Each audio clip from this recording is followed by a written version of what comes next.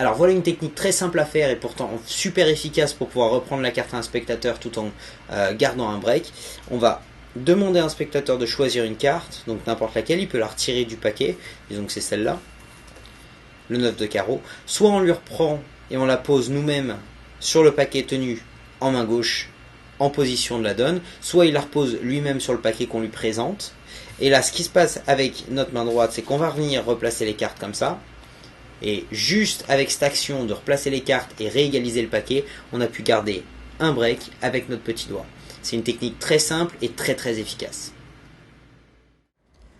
Alors cette technique est vraiment sympa parce que elle est elle est vraiment très simple à réaliser. Ce qu'on va faire, ça va être, on va faire une sorte de ruban comme ça en main.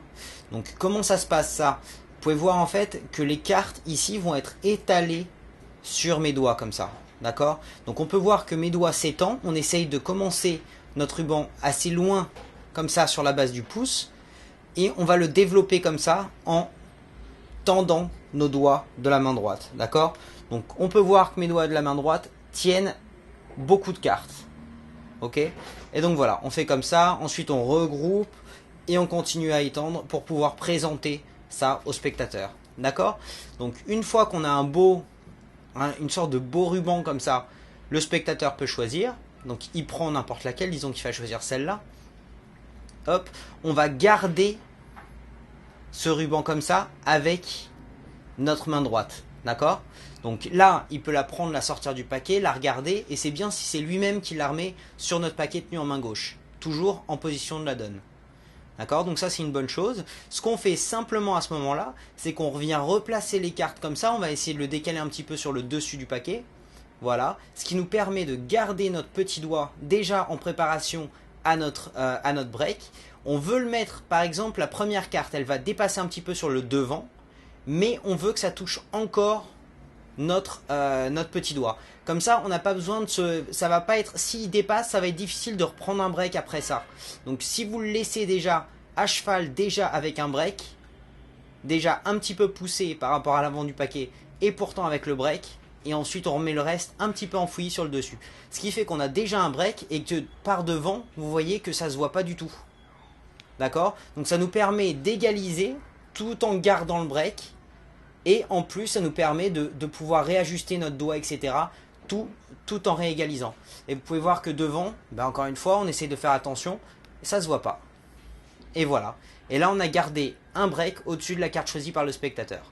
Donc vraiment, deux choses à travailler sur ce mouvement-là. C'est l'étalage comme ça, pour que vous ayez quelque chose de sympa. Parce que si vous avez un petit ruban, ça va être un petit peu plus difficile. C'est toujours possible, mais ça va être un peu plus difficile. Autant avoir un ruban assez sympa. Donc voilà, un bel étalage. Hop, vous montrez la carte à un spectateur.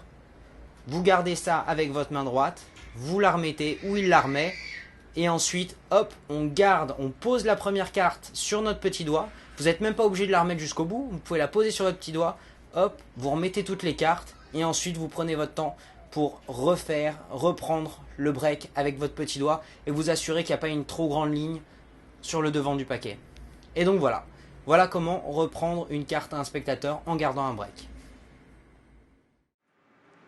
Donc un conseil pour pouvoir reprendre la carte d'un spectateur, simplement une fois qu'il a pris sa carte et qu'il l'a remise, d'accord, on veut garder un aspect un peu fouillis sur le dessus du paquet.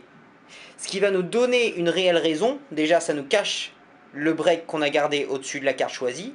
Et ça nous donne une réelle raison pour réégaliser le paquet et pour prendre un break plus petit. Voilà. Et donc à ce moment-là, on fait attention encore une fois de ne pas flasher trop la ligne sur le devant. On garde bien tout. Et on essaye de réduire le break au maximum. Et voilà. Donc ça, c'est mon petit conseil pour pouvoir reprendre la carte à un spectateur de cette façon. Je veux juste faire une note que c'est pas ma façon préférée de reprendre une carte à un spectateur, mais c'est une façon très simple. Donc c'est parfait pour un débutant. Les spectateurs en général ne se rendent pas du tout compte de ce qui se passe. Si c'est bien fait, c'est fait. Vous faites ça de façon à réégaliser un petit peu votre paquet. Hop, vous avez votre break et c'est parfait.